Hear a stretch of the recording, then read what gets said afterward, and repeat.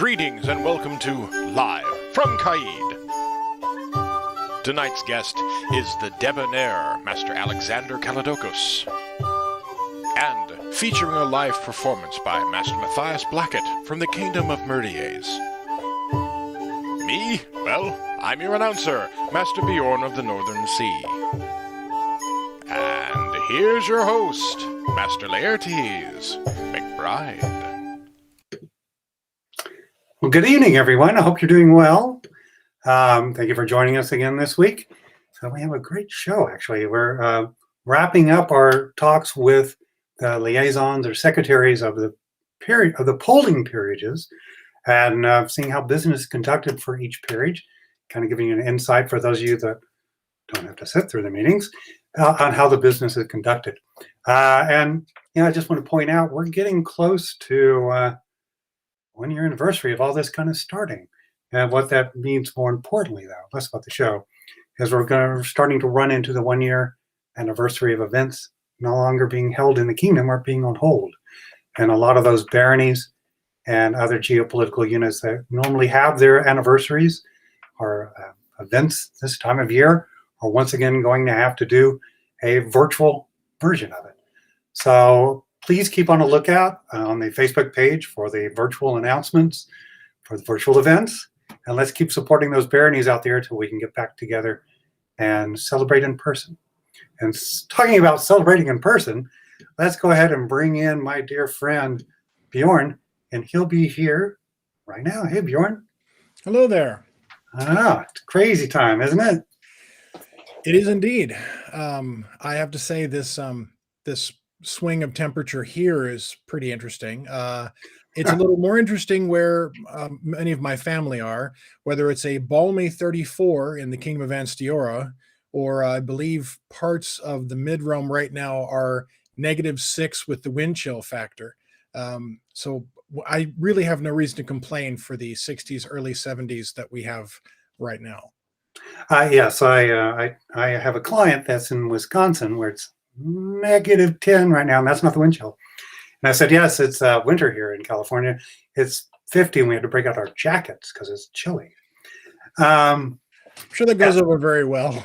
Yeah, they already don't like me. So anyway, let's get down to business. We have a busy evening ahead. So what do you have for us on the arts and science front? Well, let me tell you, today for arts and sciences, I'm going to take a little liberty. And the reason why I'm going to do that is because, not because I like to hear myself talk. Believe me, there will be plenty of me on this evening's show, but due to the constraints of the websites and their subject matter. So rather than the 2 sites, we're going to lightly touch on 3. The first up is the Waveney Valley Community Archaeology Group. Now that lies halfway between Colchester and Norwich in Eastern England. They're having their first virtual event, and it's by Dr. Elizabeth MacDonald, who will be presenting on the very first official Valentine's Day letter, which was written in 1477.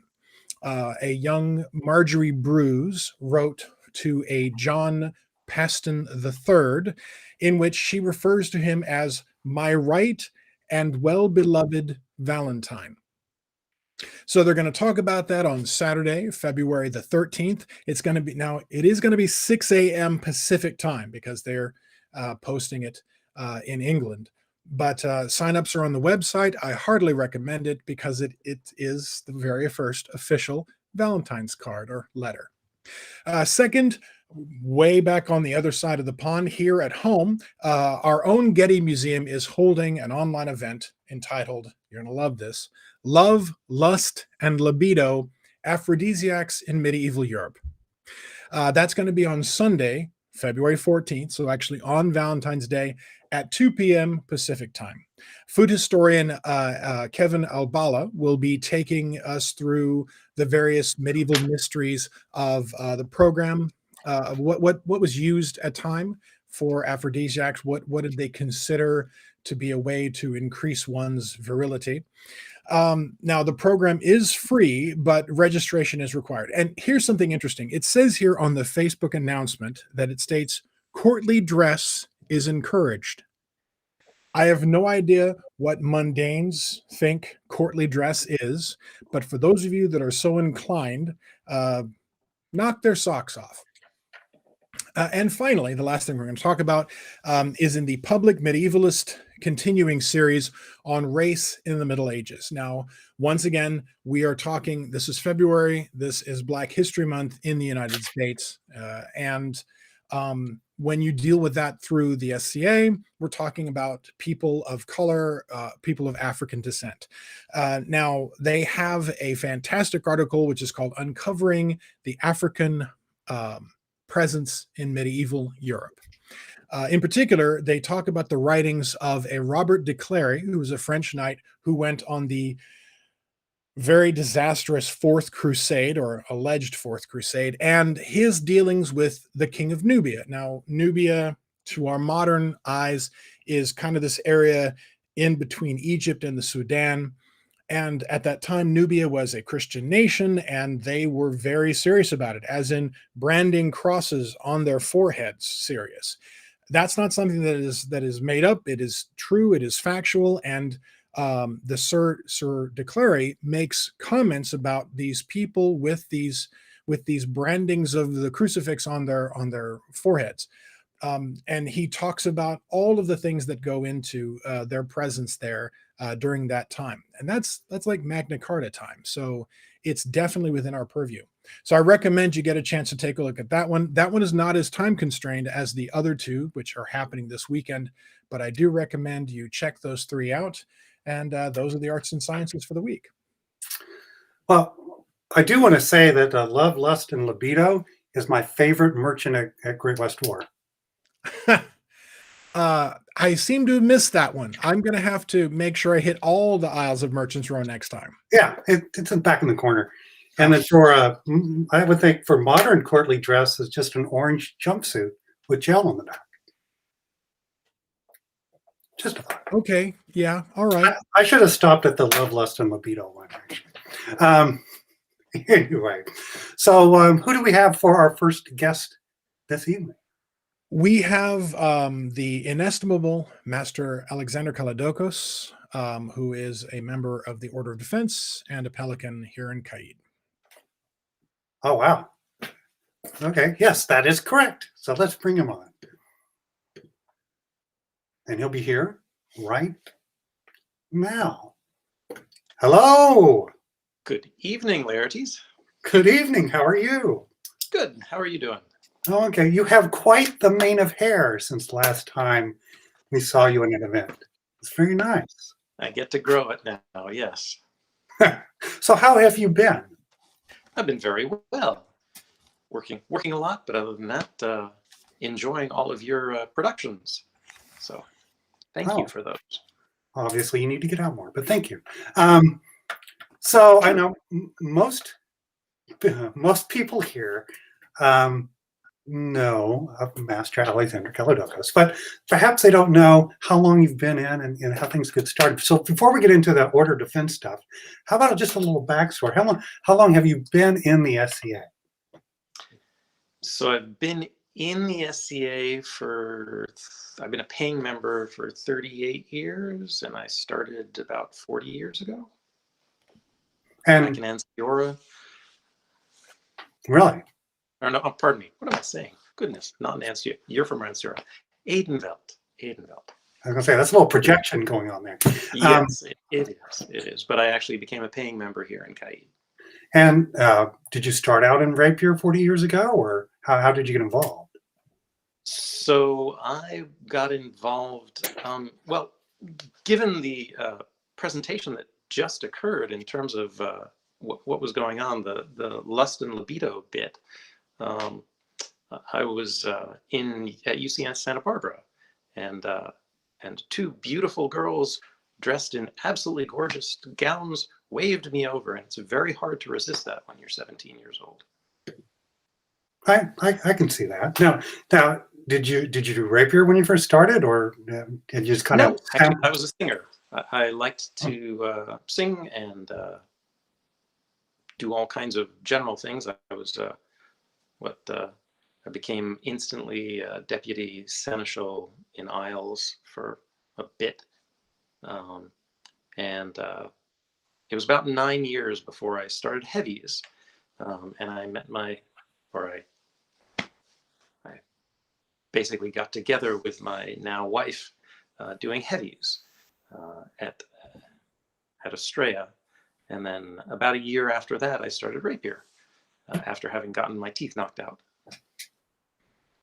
Oh, that's that's good incentive. So speaking of rapier, you are a member of the Order of the White Scarf, which was the grant level and for the longest time the top level award here in Caid for rapier combat. And then almost 6 years ago, you were recognized as the premier of the Order of Defense. That's a weird thing, right? So yeah, not quite the premier, but one of the premiers. There one were of the three premiers. premiers for the Order of the White Scarf in Caid. Right. So And I was going to say, for those that you don't know, when the board of directors instituted a new peerage, the decision was made that no matter which kingdom, no matter which day for that first weekend of May, everyone was considered equal. So there wasn't a single member of the Order of Defense that was the first one. In the eyes of the heralds, everyone's equivalent across the known world for that day. So it didn't matter the order you were done or anything. So I just like teasing you. So the question is, as being the youngest and newest peerage within the SCA, people have questions and just wondering what the heck we're doing. So in that part, since I was one of the other premiers, it seems probably better for me not to do the interview this evening. So I'm going to step aside and let my dear friend Bjorn ask the question, so he can be a little bit more probing, per se, than I would be, since I kind of have lived it. So I'm going to step aside and let Bjorn take over, and we'll get back together after the questions are done. sounds good. Thanks. Honestly, I'm just really enjoying a chance to get to talk to you, Alexander, being as you're Good one of my evening. favorite people. So now, as our own Laertes had said, that he is the liaison to the Order of Defense. And since we're not going to do that self-congratulatory thing, he was kind enough to have me do these questions. And so what I would like to do is ask you, before we get into the Order of Defense, ask you when you got your white scarf. Mm-hmm. I got my white scarf in 1999, I believe. Approximately. Excellent, sir. 99. And so, as he had said, that was the pinnacle. That was the terminal award for rapier fighting for many, many years until 2015. And then the Order of Defense was created. Now, if you wouldn't mind, for the folks at home, could you please tell us, beyond the patent, what is it that you think distinguishes the Order of the White Scarf from the Order of Defense?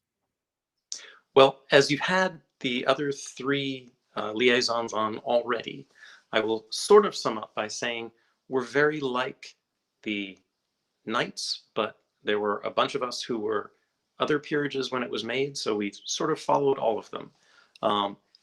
Initially, it's for prowess on the field in both rapier and cut and thrust. So that's the formal first thing. That's the first bar you have to achieve, is prowess there. And then on top of that, we generally look at the peer-like qualities, the PLQs for short, of the candidates, including things like, do they give good service? Do they have some sort of artistic bent? And do they support the rules of the society? Do they support the society in some way?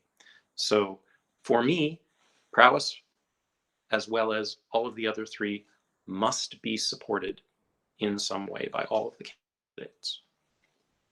I'm not sure if that answers your entire question, though. Oh, no, that's fine. Now, so the candidates for the Order of Defense, they like all other patents, they fulfill the requirements for a peerage as set forth in corpora. Some of the people we've spoken to, they talk about them as bullet points, and some of them look at corpora more like an umbrella or a catch-all of here is franchise or here is PLQs. In your opinion, I mean, I would ask you to speak for the Order of Defense, but more in your opinion, is it bullet points or is it more of an umbrella, do you think? So first off, I'll answer your other question, which wasn't asked, which is you get 3 Masters of Defense in the same room, you get 17 answers to one question. So please take my response with a grain of salt. But in general, I would say that for me, and I try and argue this point to other people when asked, or when not asked, because generally I like to put my ideas forward, I will say that you have to have a certain level of prowess. If you don't meet that bar, I don't consider it. However, on top of that, there are levels of prowess that go with levels of service and levels of support for the rest of the kingdom and the rest of the society and chivalry, as well as artistic bent, that depending on the level of those, as long as they make that bottom bar, that may pull them up over the minimum required. So although there is a minimum bar, yes, I balance all of those together. Now, as I understand it, in Caid, the martial orders, so the chivalry and the Order of Defense, they have liaisons, whereas the Pelicans and the Laurels, and also our Caid and Roses, which we'll be talking to next week, they actually have secretaries to their orders. Is there a difference, or is it just nomenclature?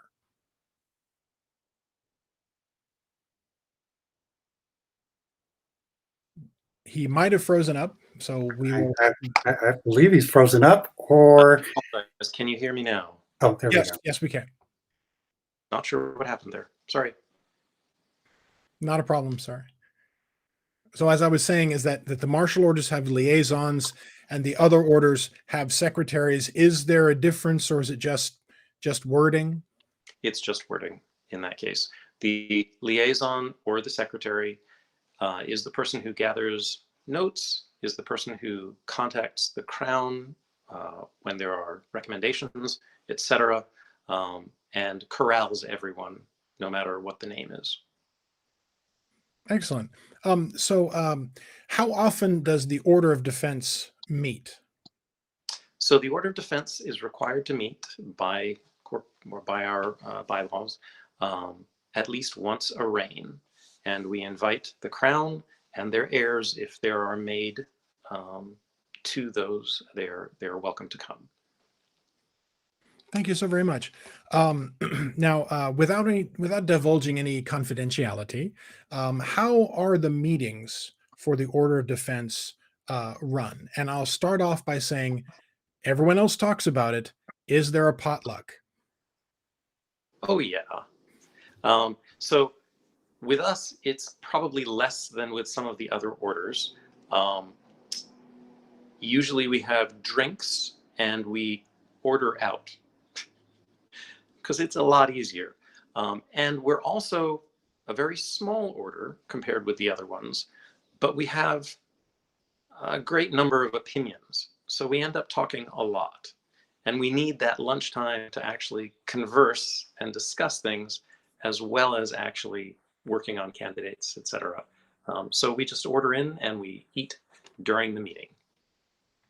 Excellent, sir. Now, due to the smaller size of your order, which, as I understand it, since Mallory left, there are 13 of you in Caid. If I'm much not, they're not 13. Nope. So we have made 14. Okay. Both Michael Mallory and Kellen McBride have That's left. right. That's right. That's right. So we have 12. Yes. So, oh my gosh, 12. So due to the smaller size of the order, is it more challenging to recommend a candidate to the crown? And is quorum 7 or? So quorum at this point is 6. Basically, it's the number of, it's half the number, or 50% of the number of mods that are in the kingdom. Does the smaller number make it more challenging to recommend people to the crown? So, no, it does not.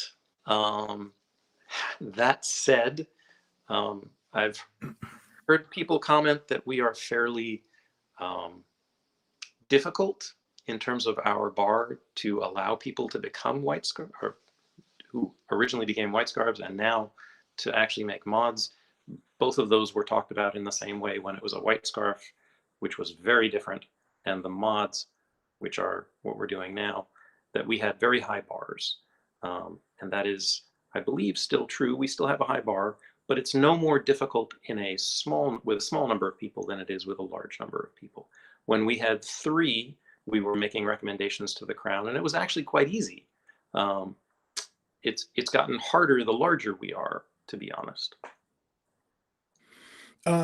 Now, with the chivalry and with the other, the service and arts peerages, there are times when the crown will ask for advice on other awards. Does the crown ask advice from the Order of Defense for vis-a-vis recognizing gentles for a duelist, or for the new grant level, the Argent Blade? So in general, the order doesn't usually make recommendations for individuals there unless we have talked about them at the meeting. We will, on occasion, make recommendations for other awards as well, if we believe that those individuals are appropriate. And if we don't have agreement between enough people, we will obviously recommend that the individuals who believe those things write their own letters, because a letter means the same thing from whoever it comes from. Thank you. So also, if I may, now, do you, so far the other orders have stated that they don't really discuss someone unless they receive a letter. Is that also the case with the Order of Defense, or do you speak about candidates irrespective of a letter being received by your liaison? So in the same way that the knights work, a letter will be read first thing while we're discussing candidates, and it will be added into the discussion, but it does not in and of itself cause a discussion of that person. That said, like you said, we're a very small group. We have, like the knights, a fairly high visibility on people who are fighting, and who are fighting at a high level in Caid. And we hopefully are keeping our fingers on the pulse of what's going on in the community. So we generally are aware of most of the people. I think we have brought up more people than we've ever had letters for ourselves. And we do discuss them if they are on the candidate list, and we have other lists as well, just the way the knights do, for keeping tabs on people. Does the Order of Defense interact with the Earl Marshalate in the same way that the chivalry does, in that you maybe perhaps let the Marshalate know about folks that might be having calibration issues, or is this something that's handled more internally before you go to the office of the Earl Marshal? So I suppose it's a little self-serving, since the Kingdom Rapier Marshal is actually a member, but we do discuss if there are problems, and we try and head them off, certainly before they become a Marshalate issue. If, however, they become a Marshalate issue, the Masters of Defense are not the Marshalate, and we will bring it to the Marshalate formally as an issue if that needs to be done. That said, we really do try and head those things off. Thank you.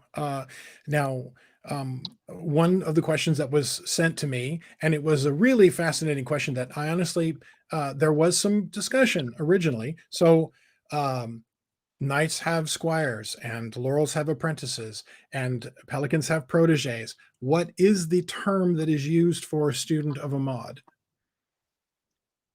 So that depends on the mod. There is currently no formal name. That said, a lot of people are using the term provost, which personally I don't use. I use the term student because, well, that's what I consider them if they are coming to me to be their instructor in some way. It really is not formalized at this point, but you will see a lot of provosts, and you often will see the red collar as opposed to a white collar being worn, and that does indicate a formal teacher-student relationship. Thank you. Now, so you said that prowess is the principal methodology for a martial peerage, which makes perfect sense.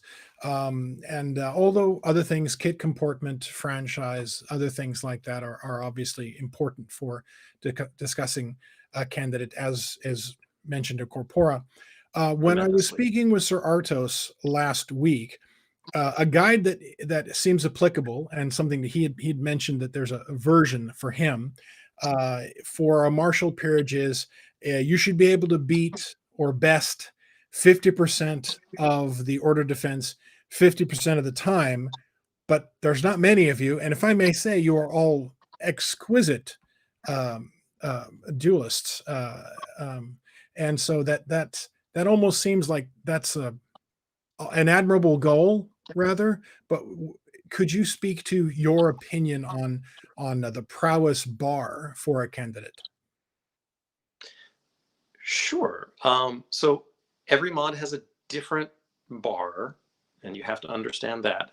That said, I think a lot of us have a general feeling that, yes, while we are probably some of the best in the kingdom, that does not mean that there aren't other people who can either give us trouble or beat us with regularity.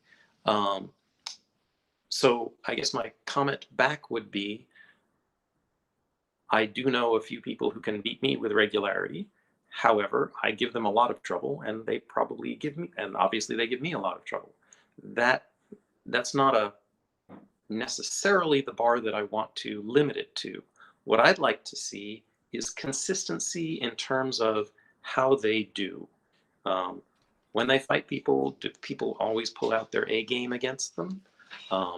Is it a good fight in terms of no one's, doing silly things to try and get around people? Because honestly, there's a saying in the rapier community, anybody can beat anybody on a given day. And I don't look for a given day someone doing really well once.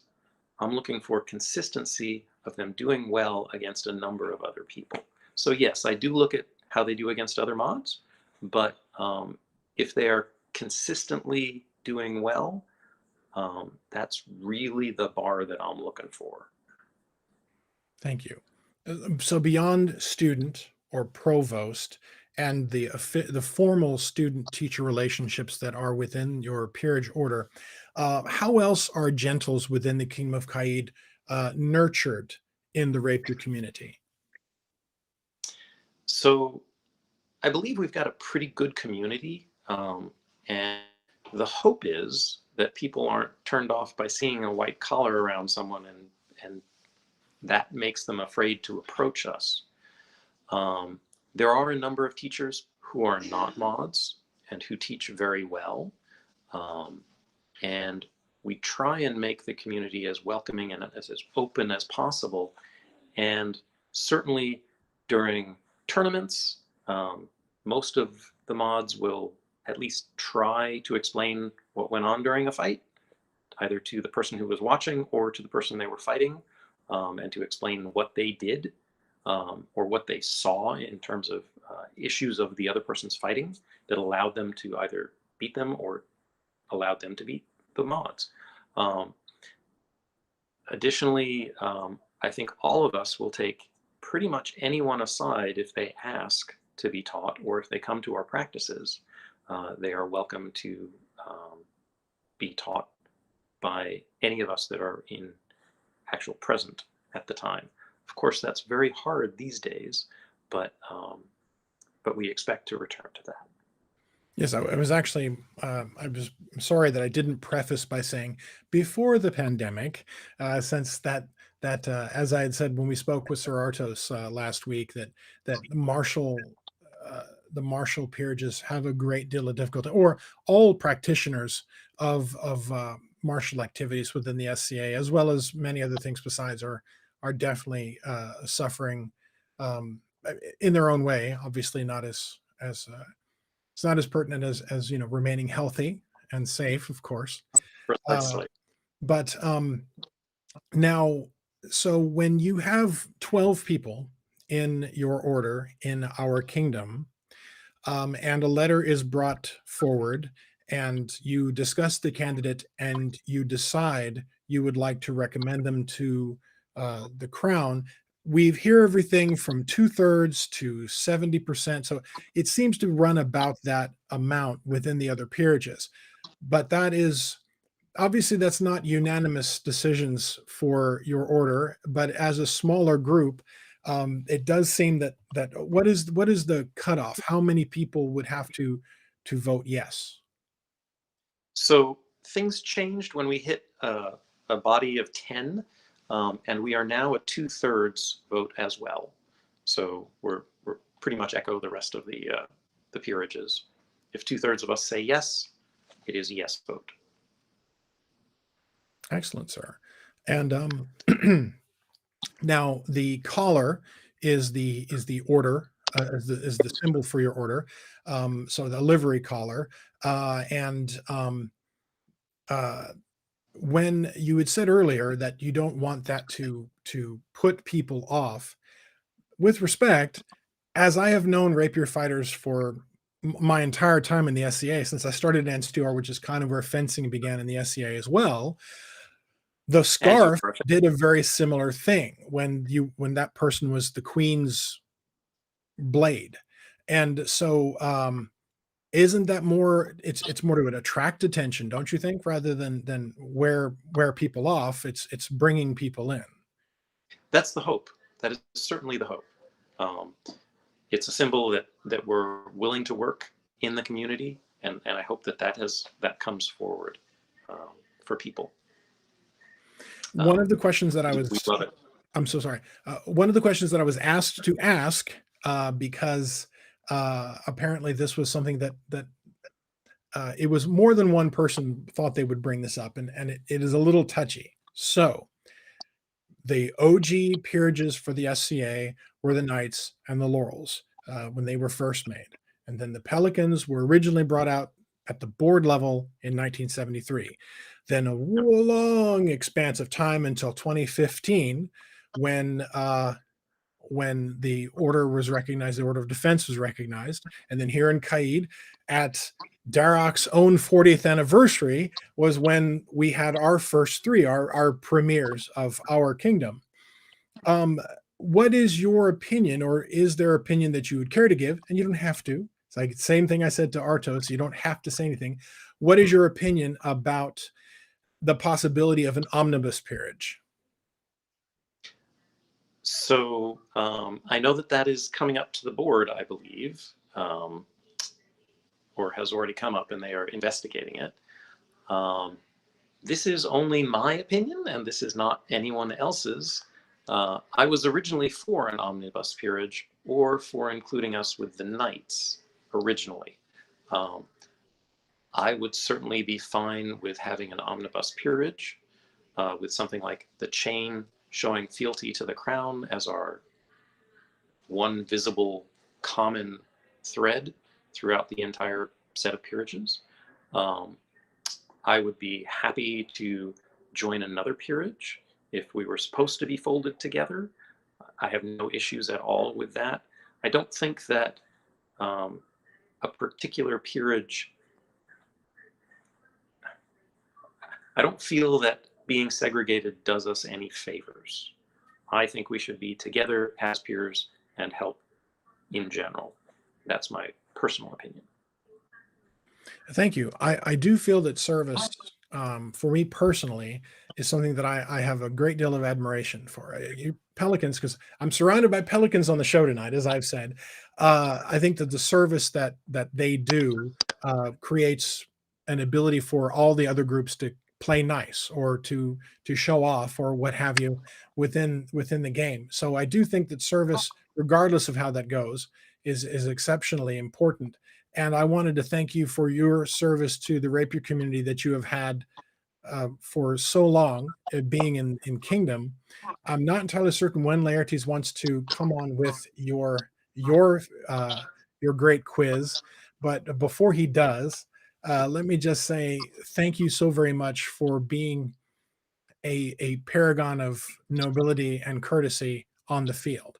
As an aside to the folks watching at home, I was going to ask whose idea was it for the order of defense to take over a field during Crown and take care of the consorts for that particular fighting field?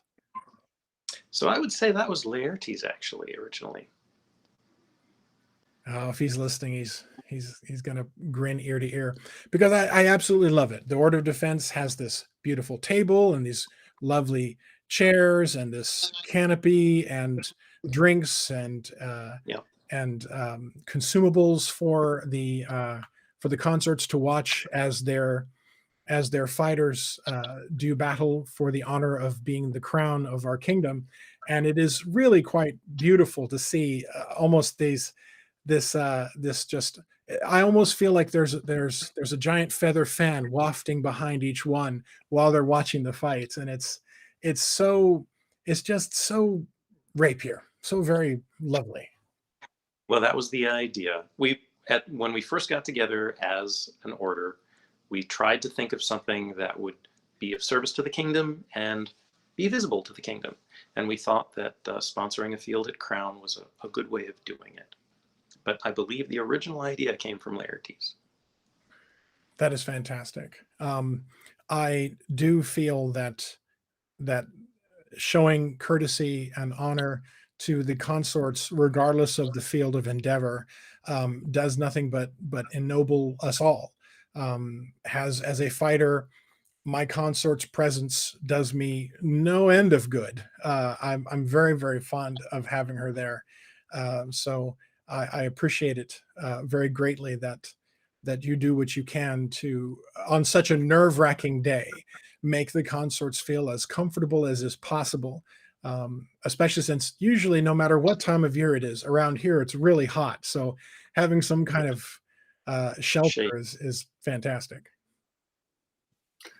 Well, thank you. We're really glad you appreciate that. Absolutely. I heard my name 3 times, so I thought I needed to show Yes, up. much like Haster. So, yeah. But at any rate, well, in that case, I'm going to step out and let Master Laertes jump in, and it was wonderful to get a chance to talk to you again. Alexander, thank you so much for your time. I truly enjoyed it, and please give my best to your lady. Thank you, Bjorn. Likewise. Thank you, Bjorn. I got to have a nap on a Monday night, so that was perfect. No, I watched and listened to every single thing you said, Alexander. Indeed. And now you can correct me. Oh, no. The only thing I was going to add is just pointing out that we do, much like the chivalry, do a voice vote. So when a candidate comes up and we ask for a final recommendation for it is raise our hands. It's very apparent who is supporting the candidate and who needs more growth from the candidate. If not already obvious from the discussion. Yes. And then you have a slight echo. Oh, that means someone needs to be muted. Hold on. How's this? I think you're okay. Okay. I'm still hearing it. That's weird. Hey. And then let's see. Oh, and just when it comes to the traditions and like sponsoring of the field for the consorts, I may have brought it up for discussion, but just so you know, we were informed in February, weren't we? Yes. And for our elevation and opening of the order. So you and I and Colwyn got together unofficially at a couple of pubs, actually, and had discussions about how we could lay the foundation for the order. And that was just a point that came up that we all agreed on and endorsed and supported along the way. So it wouldn't have happened just because of me saying something. Just want to be clear. Okay, so anyway, enough of that. And now it's time for the fun part where we play a little trivia game with our guest. So, hey, Bjorn, let me unmute you. Bjorn, what is the name of the game this week? This evening's game is Eye of the Beholder. That's right. We're going to play a game called The Eye of the Beholder. And, you know, I'm sure you're aware, there's those memes that went around on the internet as, is this dress white and gray or blue and gold? So considering your history, we're going to decide whether a term is a color of brown or a color of black. And these are Pantone colors. And so I'm going to give you a term for a color. You're going to tell me whether it's black or a brown color. And for those who don't know why we're doing this, it's fantastic. You have to ask the story sometime. All right. So is the color Cordovan brown or black? Brown. That is correct. How about Eigengrau? Believe that's black. I'm not sure. That is. Oh my gosh, you're running 100%. How about Van Dyke? That's what this is. But how about Van Dyke? That's more a beard, I thought. Van Dyke. I guess that would be black. Oh, I'm sorry, that's brown. But for you, it would be black. How about black bean? So I have to say that it's brown because, well. No, it's black. Sorry. Oh, okay. That was a trick question. Fallow. Fallow. Brown? Yes, fallow is brown. We got two more, and then we'll wrap this up. How about Sinopia? Sinopia. I do not know, but I will guess black. No, that's brown. Sorry. No. See, now people know why you confuse black and brown all the time. Last one is black olive. Well, I'm going to say black because black olives generally are very, very dark. But that is correct. So, you know, you got half of it right. So everyone understands now about your armor. Well, my friend, it's so good to see you. It's a shame we don't get to cross blades in the past year, but I look forward to the day that once again we can stand on the field and display our honor. So, and it is always an honor. And thank you for the time. Of course, and thank you for stepping in to explain how things run, because people see enough of this face all the time. But again, thank you for your time. Hello to your lovely wife, and have a great rest of your evening, Alexander. It's good to see you, my friend. Thank you so much. Take care. Bye. Okay, doke. Have a good night. My gosh, that was great. You did. You don't need me anymore. I'll just sit here and produce. No, I really enjoy it when you're there because I don't say, okay, cool, nearly as much. And I need to get my okay, cool out more often. So right. And thank goodness that Alexander didn't say most of the meeting is taken up by me and Lot talking to each other. So we don't need that out there on the Ethernet. No, I guess we don't need that information out there now. No, we won't. Anyway, I know he's watching is the only reason I said.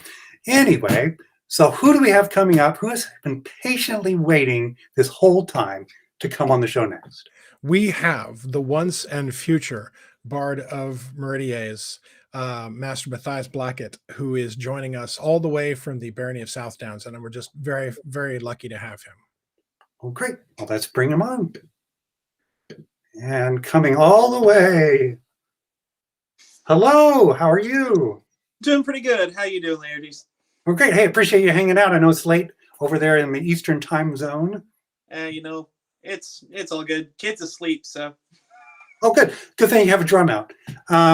So So you live in Meridies. Where mundanely in Meridies do you live? I live in the northeast Atlanta area, in what some people like to call the North Georgia SCA Co-Prosperity Circle. Yes, because that's how I refer to it all the time. I say Hot Atlanta, but that's just me. Nobody in Atlanta calls it Hot Atlanta. I've been to Atlanta.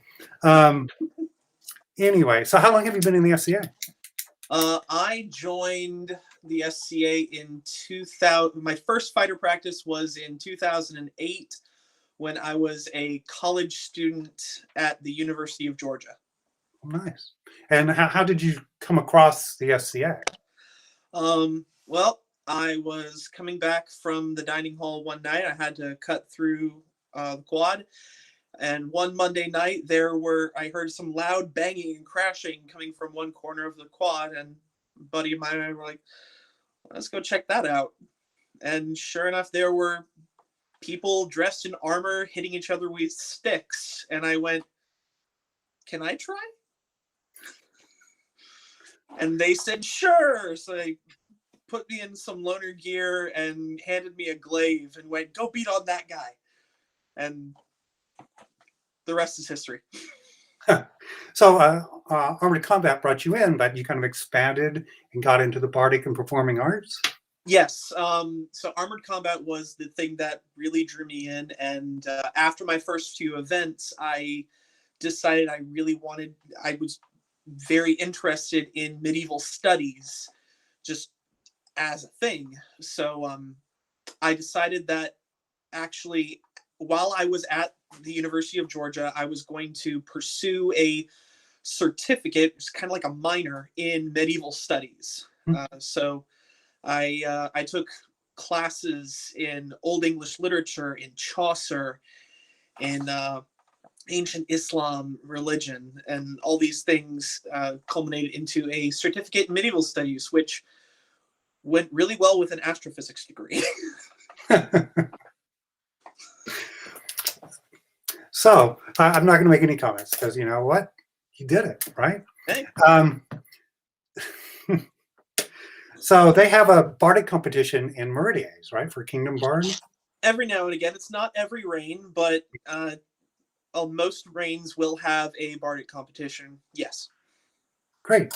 And is it, I don't know, like here is a series of events where it culminates the coronation at the 12th night coronation, where they do a final competition and they recognize the winner for the year. Is it a series of competitions, or is it like usually just one? Not at all. Usually, more often than not, if the Kingdom Bard competition happens, then it's the Crown will announce that, hey, we're going to have our Kingdom Bard competition at this event at some time.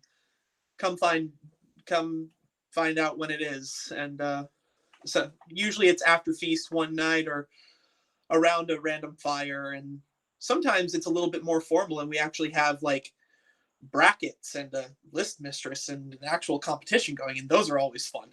Oh, is it full contact heraldry? Because that would be awesome. Break out the herald batons. It's great. Oh, no.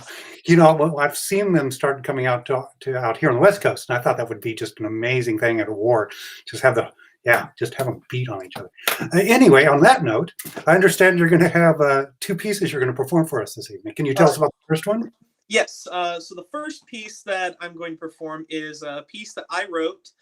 I was writing it and fine-tuning it, and it was supposed to make its in-person debut at last year's Gulf Wars. And, well, COVID had other plans. Right. All right.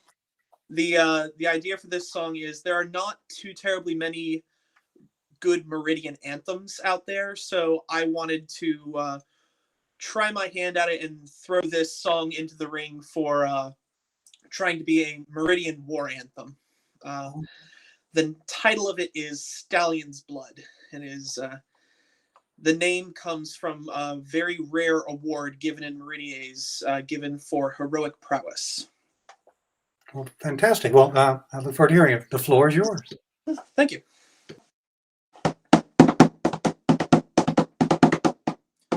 Polish armor, sharpened blades, and steady now your hand. Soldiers of Meridies will fight for sovereign land. Battle starts tomorrow, so be sure to get your rest. And the waters of the stallion shall resound inside your chest. March along Meridies, or march along to war. Charge our lines with weapons raised, we cannot ask for more. Our presence on the battlefield will be our foeman's bane, for the stallion's blood is in our veins. Yes, the stallion's blood is in our veins. Black and white will take the fore and hold the swords on high.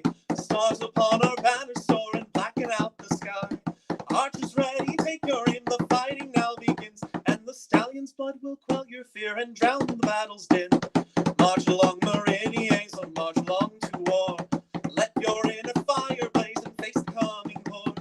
Take your place upon the shield while tax your brawn and brains, for the stallion's blood is in our veins. Yes, the stallion's blood is in our veins.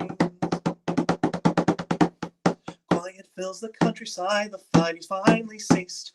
Hope that now our families can once again know peace. We sound the horns of victory and finally take our ease. Now we sing the song of stallions, let it echo through the trees.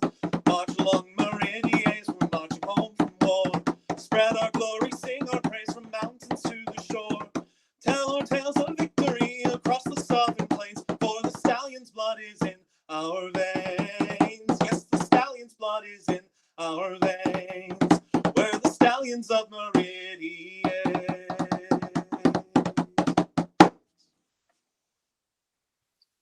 Awesome. Very cool.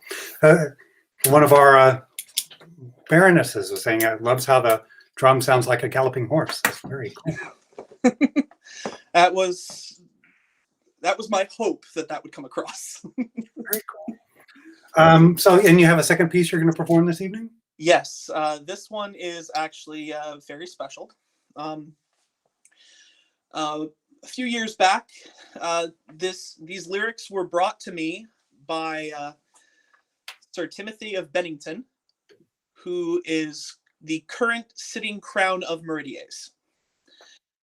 He sent me these lyrics, and I said, I think these are speaking a tune to me. And so I decided to put them to music. It's a sweet little song. It's entitled My Father's Armor. Very nice. Look forward to hearing it. The floor is yours. Thank you. A rusted breastplate sat inside the trunk for many years. Alas, it was my father's pride that kept the old thing here. Tarnished, rusted, bent, and broke, it sat there tucked away. Until the time my father passed, I'd waited for that day. For now I could discard that thing and maybe fetch a coin. But who would let so poor a piece to their collection join? It needed cleaning and a smith to hammer it back right. So I took to task to try and make that piece again shine bright. I fetched a hammer from the shed, the anvil there to bear. My blows as I delivered, strike the armor to repair. A crease there was across the chest, a dent upon its side. A stain of blood did pit the steel, that damage hard to hide. Then I recalled a tale that once my father he had told, about the time he fought for king in battle brave and bold. He said that he had met with luck, for lance had struck his side. Alas, the armor did held true as he fell from his ride. And over him a soldier stepped as he was on his back. Across his chest a sword did fall, a very strong attack. A crease was left, but not a hole. His armor had held true. Seconds earned to draw his sword and run that warrior through. The soldier's blood, it fell upon him as he gained his feet. He then fought on until his foes were forced to all retreat. Had not the armor stopped the lance, had not it stopped the sword, then surely he'd have died that day and left to meet the Lord. But instead my father came home with victory in his heart. His breastplate, oh, it was that piece that never could he part. He placed that armor in a trunk, a token there to stay, a debt to metal he had owed, that now I would repay. With vigor I did fix the crease, with patience fix the dent. With honor I did sand the pitted bloodstains as I went, and in the end did I behold a breastplate oh so fine, a piece that saved my father's life, and maybe one day mine.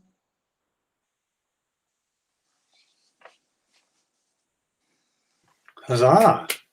Very nice. That's awesome. It's a very nice piece. Well, thank you for sharing them with us this evening. I really do appreciate it. Thank you for having me. Of course, and I know it's a little late out your way, so thanks for staying up. Hopefully the drum didn't wake up the kids. So It shouldn't have.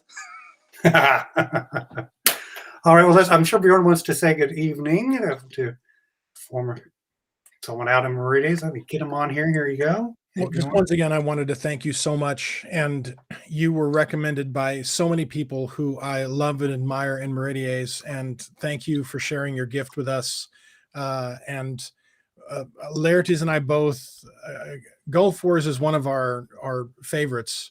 And so hopefully once the plague has been abated, we'll be able to go out there and see you soon, Master. So thank you. Here's hoping. Thank you. All right. Well, have a great rest of your evening. Look forward to the opportunity to meet you in person. And hopefully we'll see you at Gulf Wars at some point. Hopefully. I'll be there. Have a great night. You as well. That was good. Oh my gosh. So cool. I think that's the first drum, isn't it, that we've had? I think so. Although I do believe Duchess Faiza was accompanied by drums when she danced. Yeah, you just can't beat that. I opened that door. It's all my fault. It was fantastic. Well, it was good to see my good friend Alexander, to make new friends with Mathias. What a great day. And thank you again, Bjorn, for stepping in and taking over my role. So I do appreciate it. My pleasure. Better experience for everyone. You're right now, everybody at home. It's not as easy as it looks. You have to ask a lot of questions, and most of those weren't sent to me by well wishers. I had to make sure I asked all the right ones. So well done, Laertes. Well done. Oh, well, thank you. We compliment each other well. And speaking of compliments, who do we have next week? Well, we're going to kind of continue on the path we're on, but except for the polling periods, we're going to expand and talk to Duchess Mora, who is the secretary to the Order of the Rose, another one of our peerage orders, to talk about kind of their mission and what the lords and ladies of the Rose do and how they structure their group. So I'm really looking forward to having an opportunity. We haven't seen her in such a long time. So I love her grace dearly, and I'm very excited to have her tell us all about the wonders of the Rose. That's going to be a lot of fun. And who do we have on the Bardic side of it? Well, we've spent the last 3 weeks on the eastern side, or perhaps southeastern side of the contiguous 48 states, being that we were in Glenavon and Meridies. Now we're coming back, and for the next couple of weeks, we will be having folks from the West Kingdom. Next week in particular, Mesterinda Asa, Thorvald's daughter, will be joining us. A lovely performer who some of you may have seen perform on Between Two Peers just this last Friday. So she's definitely going to be putting her voice out there for our entertainment yet again. So I'm very excited. Well, great. Well, again, Bjorn, thank you very much for everything you do, and thank you for this week.